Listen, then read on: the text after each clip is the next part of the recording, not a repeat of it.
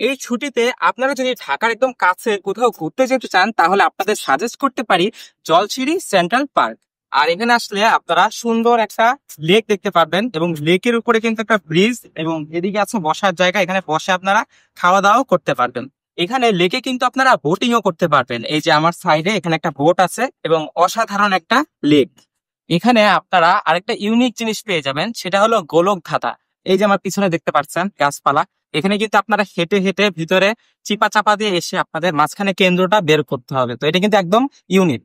এই পার্কে কিন্তু আপনারা রেস্টুরেন্টও পেয়ে যাবেন, যদিও এখন বন্ধ আছে যেহেতু রমজান মাস। এছাড়া অন্য সময় আসলে কিন্তু আপনারা এই রেস্টুরেন্টটা খোলা পাবেন। আমার পাশে দেখতে পাচ্ছেন অনেক মাছ এবং তার পাশে কিন্তু পানির ফোয়ারা। যদিও এখানে কোনো পানি নেই, যেহেতু মানুষ কম তাই এখন পানি নেই। এই পার্কে কিন্তু বাচ্চাদের জন্য থাকছে বিভিন্ন রকম রাইড। এই যে আমার পিছনে যেরকম স্লিপার আছে, এছাড়া কিন্তু এখানে অনেক ধরনের অনেকগুলো রাইড আছে। জলশিরি সেন্ট্রাল পার্কে আসতে হলে আপনাদের প্রথমে চলে আসতে হবে কুড়িল বিশ্বরোড। সেখান থেকে বিআরটিসি বাসে করে মাত্র 30 টাকা দিয়ে চলে আসবেন জলশিরি বাস স্ট্যান্ড। আর সেখান থেকে অটো বা রিক্সাতে করে পার পার্সন 30 টাকা দিয়ে চলে আসবেন এই জলশিরি পার্কে।